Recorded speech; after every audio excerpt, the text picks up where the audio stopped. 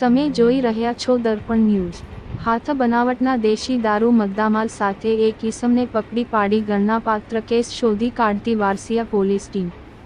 Varasiya police સ્ટેશનના police inspector Shri B.S. Vasava સાહેબના સીધા માર્ગદર્શન હેઠળ સવિસ્તાર પેટ્રોલિંગમાં હતા।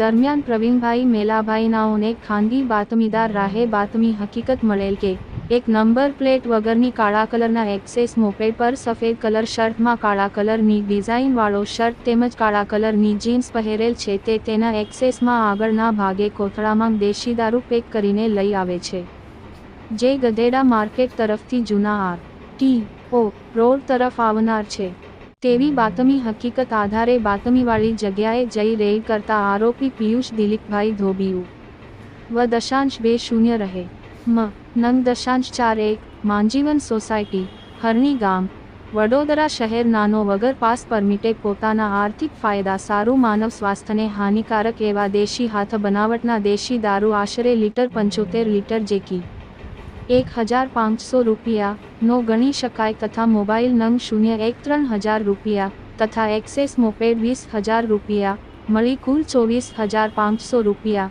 ના મુદ્દામાલ સાથે જાહેરમાંથી મળી આવી પકડાઈ ગયેલ હોય તથા જથ્થો આપનાર નહીં પકડાયેલ આરોપી નામે મુકેશ રાજુભાઈ ઠાકોર રહે કલ્યાણપુરા ગામ વડોદરાનાની વિરુદ્ધ પ્રોહી એક્ટ કલમ 65(81) મુજબનો ગણનાપાત્ર કેસ શોધી કાઢી કાયદેસર કાર્યવાહી કરવામાં આવેલ છે।